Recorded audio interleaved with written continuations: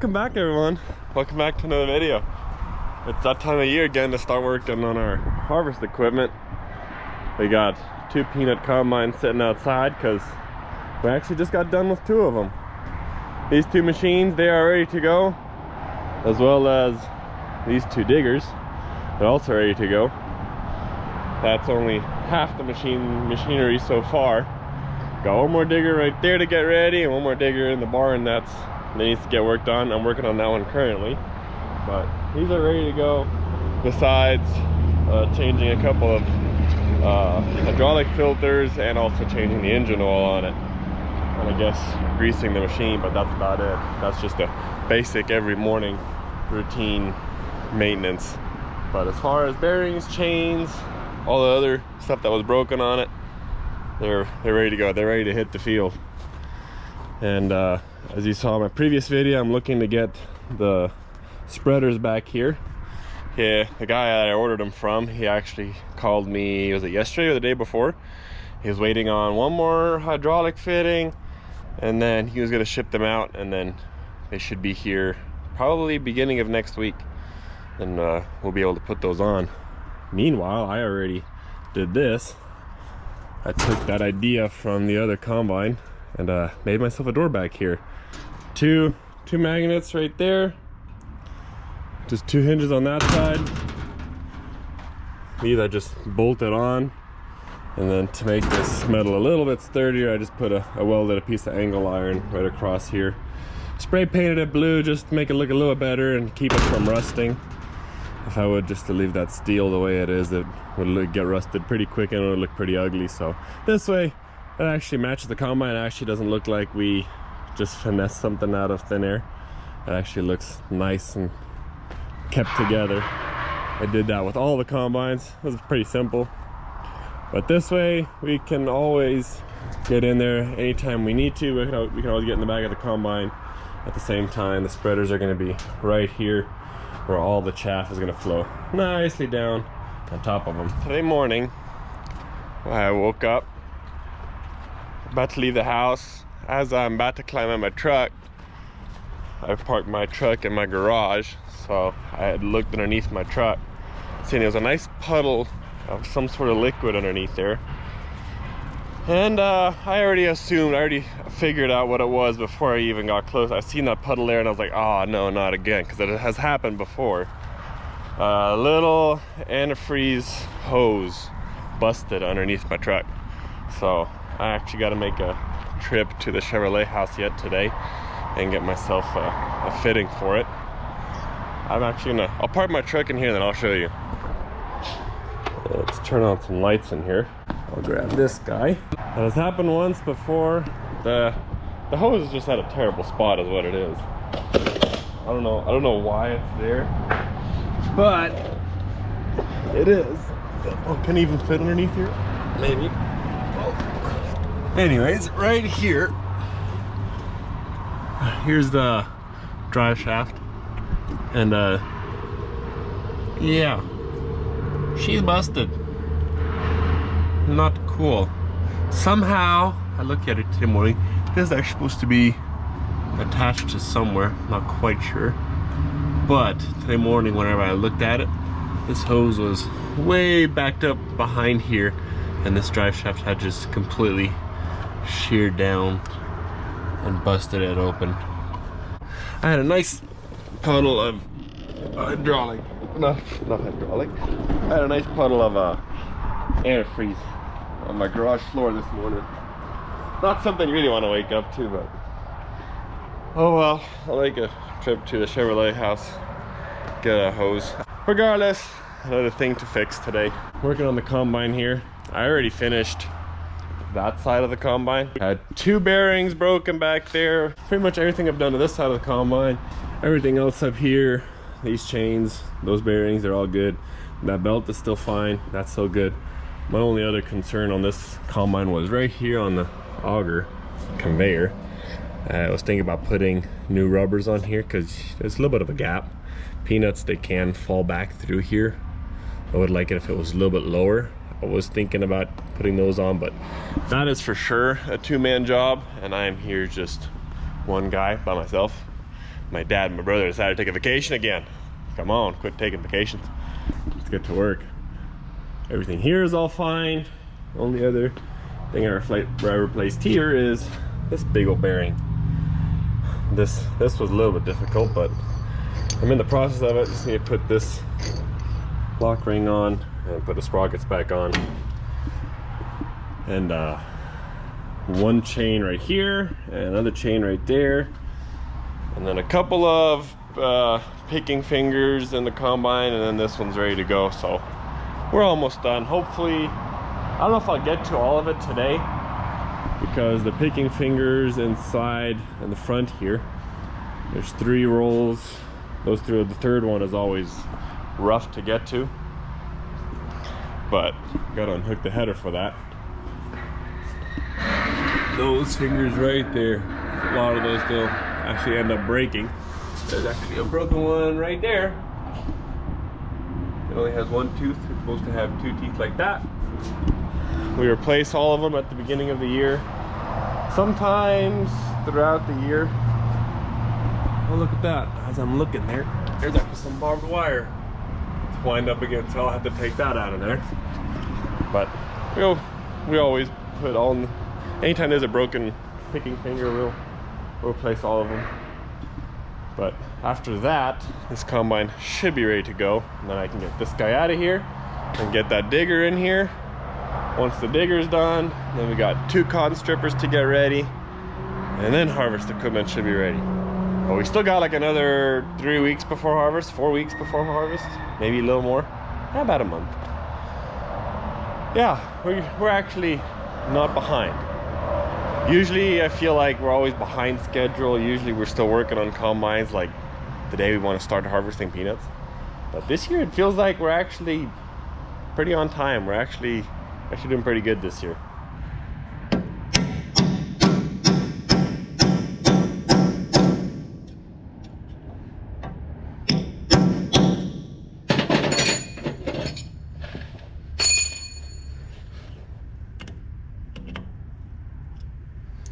Oh, that's unfortunate. I have to move that bearing because that set screw right there is coming awfully close to this edge. I'm not a fan of that, so I'm gonna have to find a way to turn that inside that bearing. Yeah, that'll work. I'm not scratching anything as far as I can tell. Yeah. I moved it enough now, and now it's not going to come not near close to it.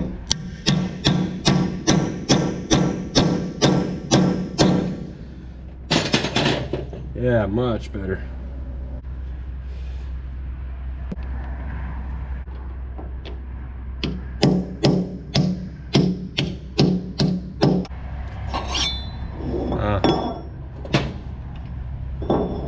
You didn't see anything. Now, just to line up this sprocket with that big one way over there. Well, this angle iron will have to do. This should work.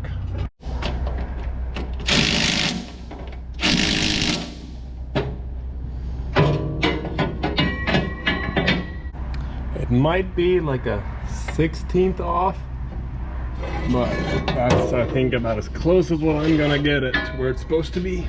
It looks like I have lots of room here to work, but I had to take off that chute right there in order to actually get anywhere. So putting that on there by myself is gonna be a bit of a challenge, as it has to align up there as well as down here, but I'll manage. Well, great. Just as I had it aligned and I was tightening it, the one bolt decided to snap. I think I am getting very, very lucky right now. I don't know if you can see it, but that bolt right there is just ever so slightly poking out of there, because they are decently long bolts, and it's loose enough in there where I can actually screw it. I don't know how far I'll be able to get it, but let's hope I can actually get it out of there, because I've already done a full turn already, but that might be the end. But it's protruding ever so slightly, so that I think that'll help me in my favor. Yeah, it sure did. Instead of screwing it out this way, I was able to do one full turn coming out, but then it was stuck because I guess because it's warped on this side now from breaking off on this side. So I just screwed it back in, and I got it far enough to where I can reach it with my fingernails, and it actually turns. So far, gotten it a decent ways. But now it's slightly turning tough, but with some pliers, oh yeah. We are golden. Got it. Junk. So I'm pretty sure we have a new bolt. I'll take this one with. We always carry lots of extra parts and stuff with, so all our parts are on this side. I thought I had seen one in here. If not in this box, yeah, then it must have been in this box. Yeah, there we go. I seen them right there. I don't know if they're the right ones. Yeah, they're the right ones. A little dirty, I'll have to clean it, but good as new. I'm glad we carry extra of those. Man, that's a whole lifesaver. Love it. And this is all done. It's all aligned properly. Now, I need to put the chains on there. Chains are made, and these chains are, the old ones, are trash. Can go right here in our pile of scrap metal for the year. This is just from working on the combines, by the way. Oh wait, never mind, and the diggers. Forgot about that. There's a couple of old digger stuff in there too. But chains are made. Did not record it. If you know anything about chains, it's extremely greasy. So my hands were covered. I'm not about to cover my GoPro in grease. Come on. Who do you think I am? But we're gonna put these guys on there, and then I'll put that chute on there, and this side should be done. And of course, as I go to try to connect this chain together, the old one was that far worn out that I guess there used to be a half link on there, and now there wasn't. So I guess it was that far worn out where the half link made it too long, so we must have taken it out, and now I gotta put one back in. Luckily we carry all sorts of stuff. That one looks used, but it should be fine. I'll save the used one for next time.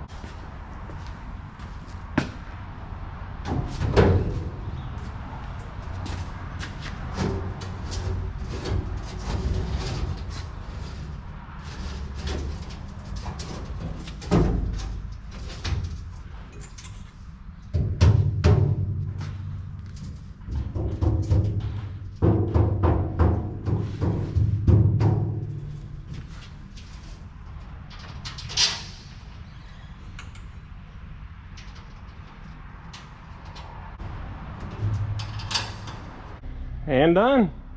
Good as new, like nothing ever happened.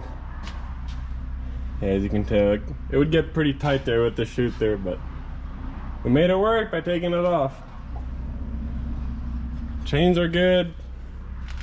So as far as the combine is concerned, everything's done except replacing the fingers.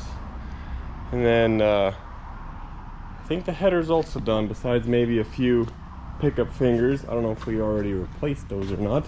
Nope, I can see a broken one down there. So front 3 rolls of fingers and the header, and then this thing's done. Man, it's going by pretty quick. I like it. All right, now time for some lunch and the Chevrolet house. Well, there she is. I actually don't need that whole thing. There's a splice right there, and I just need this little bit right there. But you can't buy just this little piece, of course. You have to buy the whole thing.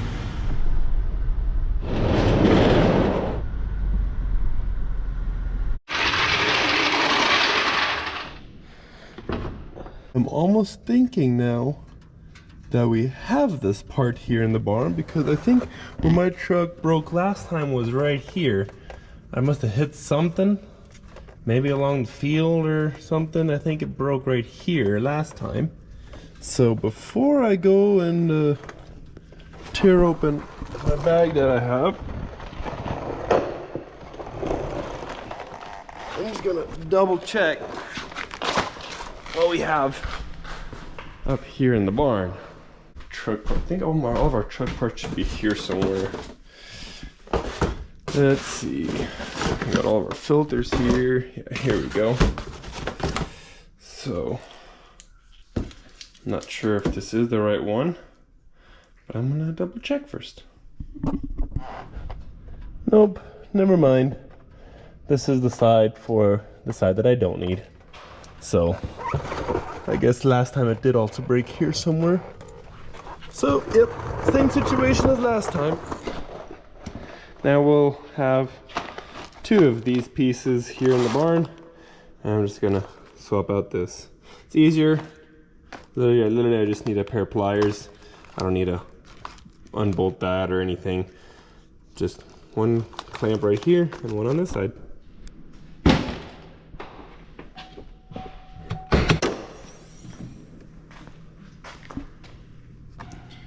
Now just to top me off.